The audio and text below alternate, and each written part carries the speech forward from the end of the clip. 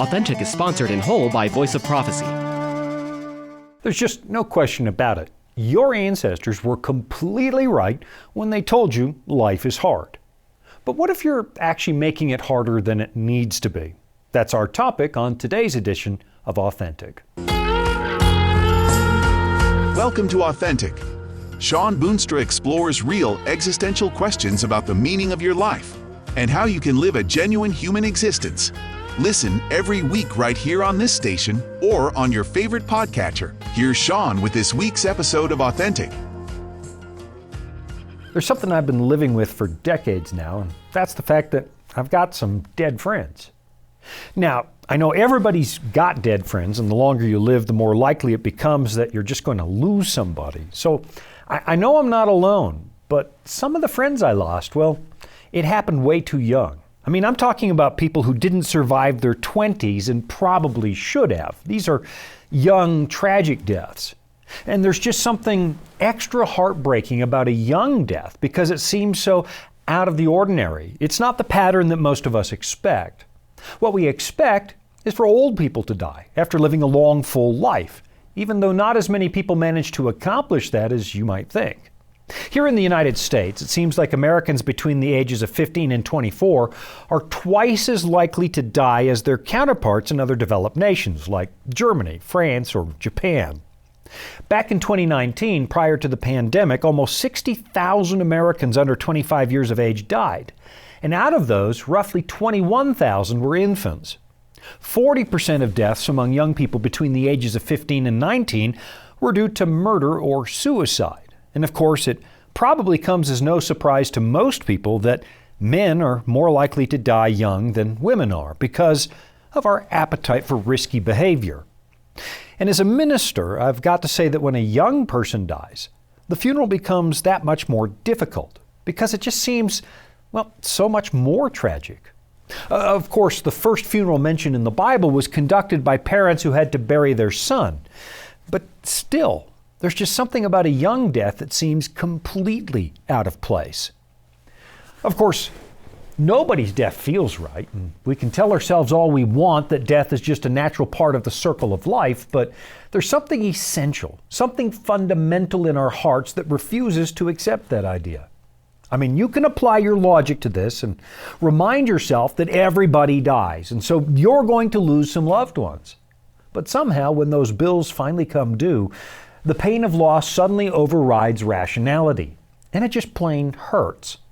And when the grave takes somebody young, well, the sense that we've all been cheated seems really sharp. When we lose somebody young, it seems more horrific because this is someone who never really got to start living in the first place.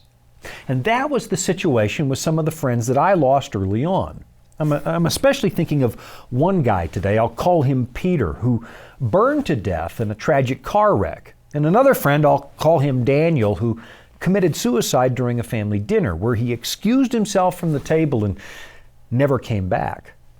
These were terrible stories, profound losses that really hurt because they seemed so unnecessary. And in Peter's case, the unbelievable stress of losing their son took a very heavy toll on his parents' marriage. These kinds of things are just too costly for most people's emotional budgets, and in a lot of ways, it destroyed his parents' lives too. You know, I'm suddenly reminded of that scene in the Bible where David suddenly finds out that his son has been killed in battle. And it's an exceptionally heart-wrenching scene because his son died at complete odds with him. The boy had been staging a rebellion, trying to seize control of his father's kingdom, and by rights, the king's troops really had every right to kill him. But still, it's David's son and he loves him. Now, most of you know the story. Absalom, the son, was a rather vain young man who had a reputation for being really good looking.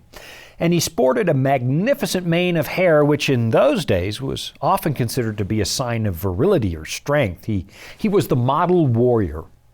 But it turns out that his hair was also his undoing because one day as he was riding under a tree, his hair got caught in the branches and it pulled him off his mule and left him hanging in the air, which made him an easy target for a man named Joab, the commander of the king's army, who of course killed the boy when he found him. It's one of the most heartbreaking stories in the Bible because, well, there's no good solution here. Absalom had to die because he'd become a serious threat to the peace and safety of the kingdom. And just letting him live probably would have resulted in untold pain and misery for an awful lot of people. And yet, it's still the king's son. And this is where David gives us a remarkable glance into the heart of God, because he has also endured a rebellion that's been perpetrated by the very people he made in his image. In fact, our foolish attempt to free ourselves from God eventually led to the brutal murder of God's only son. I mean, we executed him on a Roman cross. But the amazing thing is, we still find a God who actually mourns when you and I are touched by the ravages of death. And it's not the way that a lot of people talk about God, as if he's some kind of arbitrary tyrant who can't wait to be rid of the human race. So listen to what the Bible says about David at the moment when he discovers that his beautiful son Absalom is dead. I think I'll start reading in 2 Samuel 8, verse 28, where a messenger named Ahimaaz suddenly arrives at David's house. It says, "So Ahimaaz called out and said to the king, 'All is well.' Then he bowed down with his face to the earth before the king and said, 'Blessed be the Lord your God, who has delivered up the men who raised their hand against my lord the king.'" So here we've got this guy who delivers good news to the palace. The rebellion has been squashed and the kingdom is secure. So you'd expect the king to breathe a deep sigh of relief. But listen to what he says in verse 29. The king said, "Is the young man Absalom safe?" It's not the security of his kingdom that takes center stage at this point in the story. It's the security of his boy. And of course, Absalom is already dead. And he has to be dead because there was no other choice. He wasn't about to repent. He wasn't about to change his mind and support his father's administration. And he was always going to be a problem. So the commander who killed him didn't have a choice. He had to stop this dangerous boy, and he had to do it permanently. And of course, the king understands that intellectually. But still, we're talking about his boy, a young man made in the image of the king, and the father loves him deeply in spite of the pain that he's caused. And so when David receives confirmation that Absalom is gone, this is what happens next. We stop to take a break because I've run out of time, but I'll be right back after this. Life can throw a lot at us. Sometimes we don't have all the answers. But that's where the Bible comes in. It's our guide to a more fulfilling life. Here at the Voice of Prophecy, we've created the Discover Bible Guides to be your guide to the Bible. They're designed to be simple, easy to use, and provide answers to many of life's toughest questions. And they're absolutely free. Sign up at BibleStudies.com today and start your journey of discovery. Retirement planning can be a stressful process, but it doesn't have to be. The friendly people at the Voice of Prophecy can walk you through the entire process and explain all of your options based on your specific needs. Whether you'd like to set up a trust for income or make a gift that will benefit your loved ones and change lives through the Voice of Prophecy, we're here to help. To learn more, call 1-800-348-5993. This is Authentic with Shawn Boonstra and the Voice of Prophecy. Just before the break, we were talking about Absalom, a talented and charismatic young man who was cut down in the prime of his youth because he'd become a serious threat to the stability of his father's kingdom. And when you find yourself faced with this choice between saving everybody or preserving your own boy, well, I'm just glad I don't have to make that kind of decision.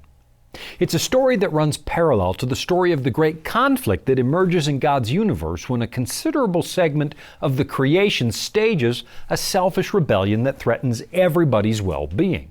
It's a really serious problem. David knows that if his beloved son is never going to change and he's going to destroy the peace and safety of everybody if he isn't stopped, well, there's no choice there anymore. Absalom had to go. It was the only solution to the problem. But then when David the king suddenly gets the news of Absalom's death, I want you to pay attention to what he does. The Bible says, "Then the king was deeply moved and went up to the chamber over the gate and wept. And as he went, he said thus, 'Oh, my son Absalom, my son Absalom, if only I had died in your place. Oh, Absalom, my son, my son.'" The boy had made his father's life a living hell. But I want you to notice there's not even a hint of good riddance on David's part, or he had it coming. There's just the broken heart of a father grieving for his boy. And I'm convinced that the story is included in the Bible for a reason, because it gives us a glimpse into the heart and mind of God Himself. I mean, the way some people talk about God, you'd think that He's just like a Greek deity on Mount Olympus, hurling lightning bolts at anybody who happens to rub his fur the wrong way. It's a story we've been telling ourselves for a really long time, these tales of a vengeful, hateful God who can't wait to get rid of us. But then you open the Bible, and you find God using this horrible tragedy, the death of a king's beloved son, to help us understand what He really feels like. As I live, God says in Ezekiel 33, I have no pleasure in the death of the wicked, but that the wicked would turn from his way and live. Turn from your evil ways, for why should you die, O house of Israel? The story of Absalom might be one of the best doors to open when we're wrestling with some of the hardest questions that come from studying the Bible. For example, consider the conquest of Canaan and the order that God gave to His people to go and completely annihilate some of the people who were living there. For some of us, it looks like a brutal case of senseless genocide. It seems like people are being slaughtered just because of their ethnic identity.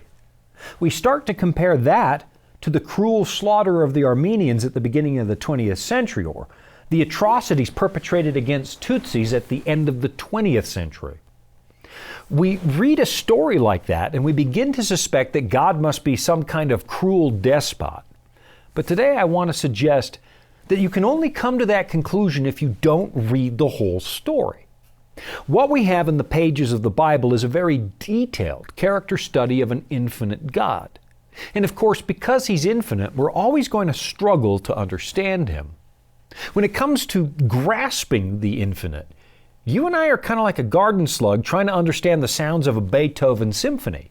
We're just not that well equipped to contemplate an eternal God. But still, there's enough detail in this Bible to help me realize that I'm probably wrong when I'm tempted to think of God as some kind of unforgiving tyrant, some kind of cruel dictator. I mean, just consider one of the most famous verses in the Bible where it says, "For God so loved the world that He gave His only begotten Son." What we find in this book is a God who loves us in spite of what we've done to Him, in spite of the way that we've made an utter garbage dump of His creation, and that His love for us runs so deep that He was willing to give up His own Son to save us. I mean, when Absalom ended hanging from a tree, everybody knew he had it coming. It was the just reward for his rebellion. But then we see the spotless Son of God, a perfectly innocent man, also hanging from a tree, and it boggles the mind. I mean, how do we explain that? Really, the best way to read the Bible is just to gather all the evidence. Our human nature assumes that God must hate us for what we've done. But that's not what the weight of the biblical evidence suggests. I mean, not at all. What this book shows us is an utterly heartbroken father who mourns over the death of his child. Now, I know I'm not going to be able to settle this completely for a lot of people, but let me just show you a passage that the skeptics usually skip when they talk about God's command for Israel to remove the Canaanites from the land. I mean, a lot of critics have no problem quoting God's command to do that, but for some reason they breeze right past the reason that He gives. Just listen to what it says in Deuteronomy 20, starting in verse 18. God tells the Israelites to destroy these tribes, quote, "lest they teach you to do according to all their abominations which they have done for their gods."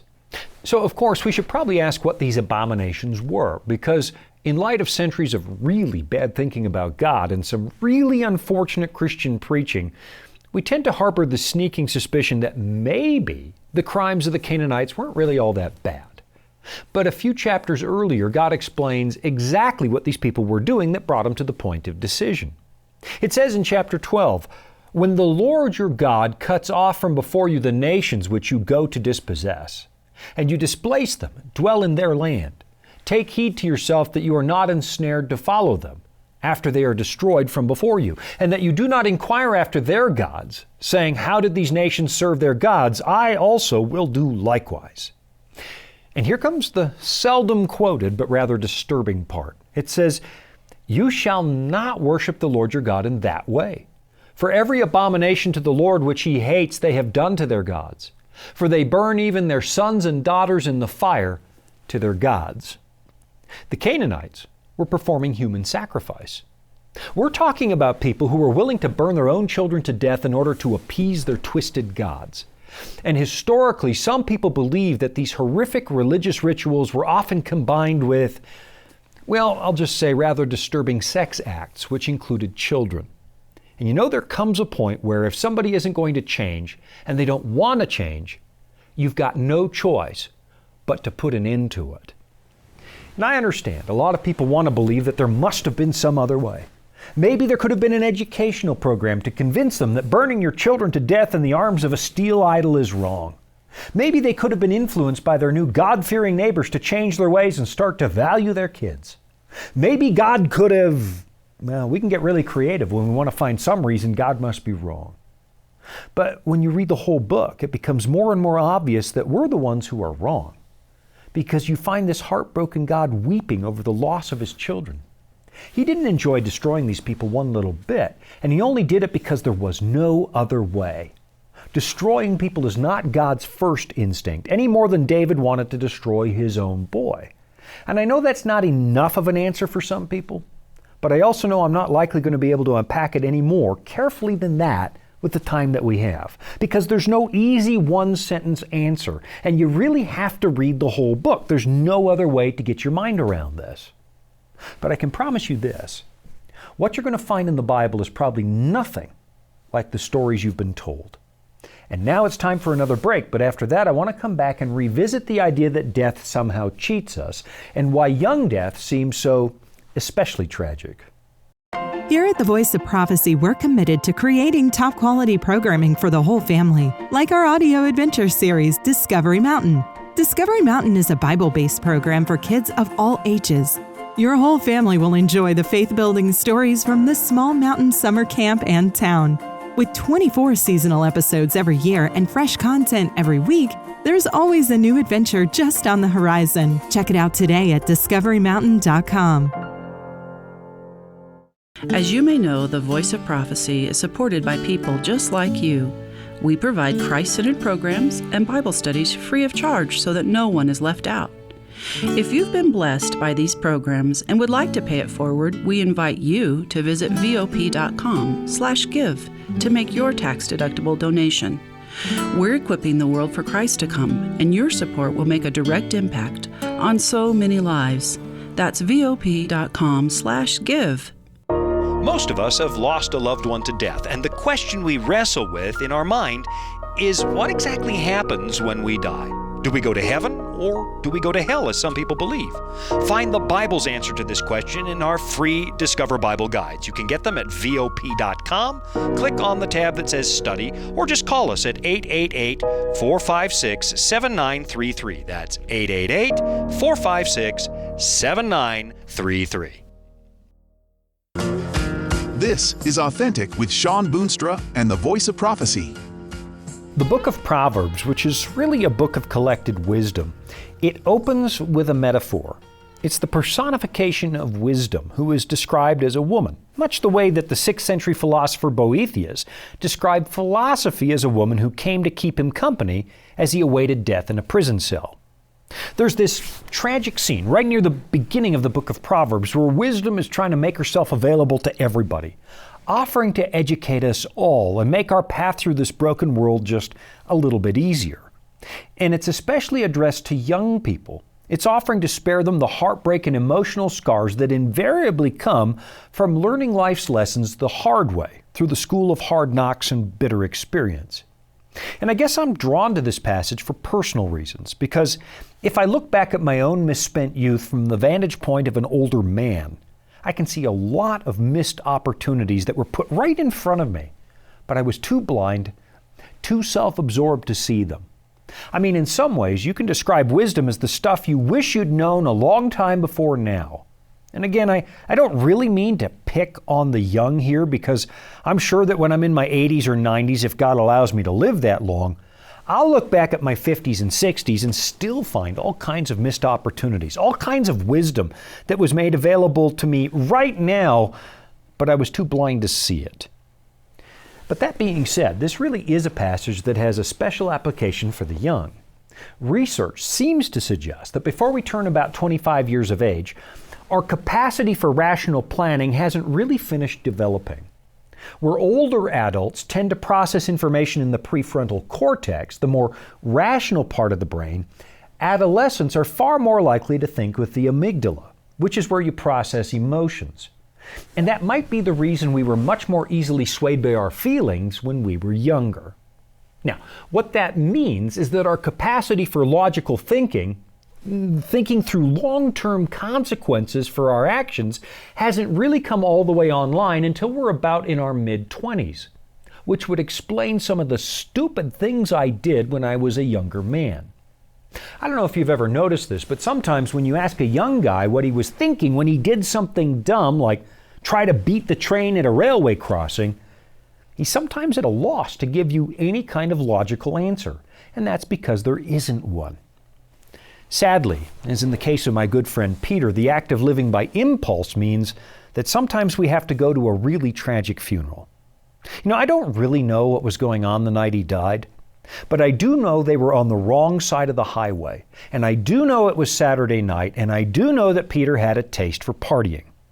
If he had lived to 50 years of age, he probably would have slowed down long enough to consider what would happen if you mix alcohol with driving. But he was 19. And on that night, his party brain was speaking much more loudly than his rational brain.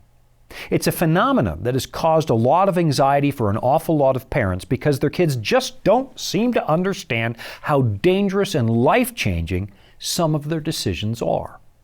And that's where this passage from Proverbs really speaks to me, because from this vantage point, 30-some years after the fact, I can see myself in here. Let's just read from Proverbs chapter 1, where it says, "Wisdom calls aloud outside. She raises her voice in the open squares. She cries out in the chief concourses. At the openings of the gates in the city, she speaks her words. How long, you simple ones, will you love simplicity? For scorners delight in their scorning, and fools hate knowledge." All the wisdom we need to successfully navigate life has been made available to us, and the Bible says it's completely free. But most of us, if we're honest, we ignore it. It's as if the world's best personal assistant is begging to work for you and he doesn't charge a penny, and you don't want him. It's as if Warren Buffett offers to manage your personal finances for free, or Bill Gates or Steve Jobs offers to be your personal IT director for $1 a year. But you turn these guys down. What you hear in this passage from the book of Proverbs is an awful lot of the same gut-wrenching heartbreak you hear in David's voice when he discovers that his foolish son is dead. You find the tears of a loving God who watches the way we mindlessly destroy ourselves, and we destroy each other, and all the while, He's freely offering to be our personal life coach. All this wisdom is here for the taking, he says, and nobody seems to want it. It's as if some generous benefactor offered to underwrite your entire college education, paid in full, no strings attached, but you'd rather go into crippling debt working 2 or 3 jobs while struggling to stay awake in class. It just doesn't make sense to pass this offer over. And it makes me wonder just how much of what I've had to learn the hard way could have been learned the easy way.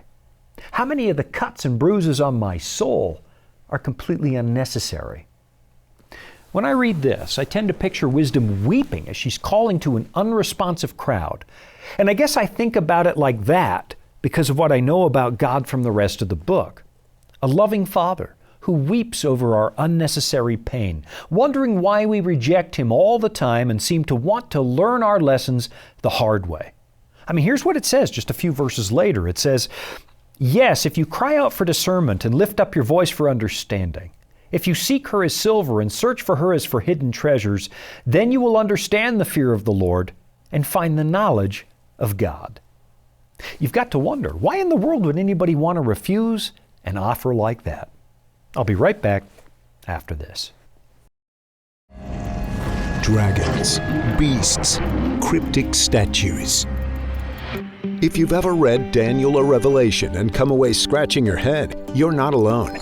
Voice of Prophecy's free Focus on Prophecy guides are designed to help you unlock the prophetic mysteries of the Bible and deepen your understanding of God's plan for you and the world around you.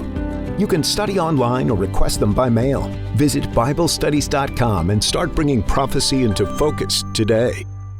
You toss and turn in bed and find yourself awake in the middle of the night. Your mind is in turmoil and you're overstressed with the stuff of everyday life. You need peace and calm in the middle of the storm. The answer you need is found in our free Discover Bible Guides. You can get yours by contacting us at VOP.com. Click on the tab that says Study, or call me at 888-456-7933. That's 888-456-7933. Welcome back. It's Authentic with Shawn Boonstra and the Voice of Prophecy. I think one of the most frustrating things our parents must have gone through is when we started to branch out on our own. That moment when it seemed like making independent choices was more important than making good choices. I mean, it was easy to see that we were doing the wrong thing, and they often tried to save us some pain, but we couldn't hear our parents.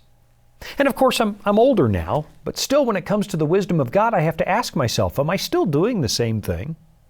Do I value my independence over God's wisdom?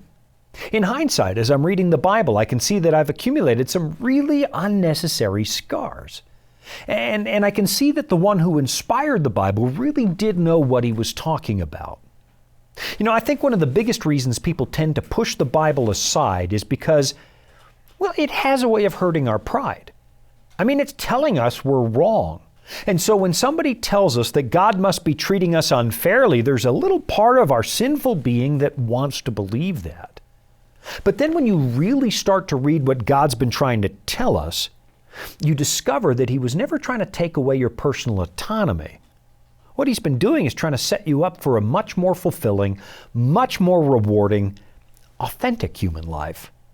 And you start to realize that life in this world is always going to be hard, but it's often harder than it needs to be. You know, today I can look back and see all these people who were trying to help me succeed in life. They were trying to spare me the pain that they had suffered, and I find myself now wishing that I had listened a little more. Now that I'm living on the 6th floor of life, it occurs to me that if life should continue, I might be able to spare myself a lot more heartache just by listening to the cry of God's wisdom. Look, I know that some of you have already made up your mind about this book, and you've written it off as meaningless. But what if this book really is your Creator, trying to set you up for a much better future, trying to keep your scars to a minimum? It would seem to me, in that case, that ignoring this book could prove to be another foolish decision. Thanks for joining me today. I'm Shawn Boonstra, and this has been another episode of Authentic. You've been listening to Authentic, sponsored by Voice of Prophecy. Remember, you can listen every week right here at the same time. And thank you. Authentic is funded by listeners just like you. You can support at voiceofprophecy.com. That's also where you can find all the episodes you missed, or where you can listen again. That's voiceofprophecy.com.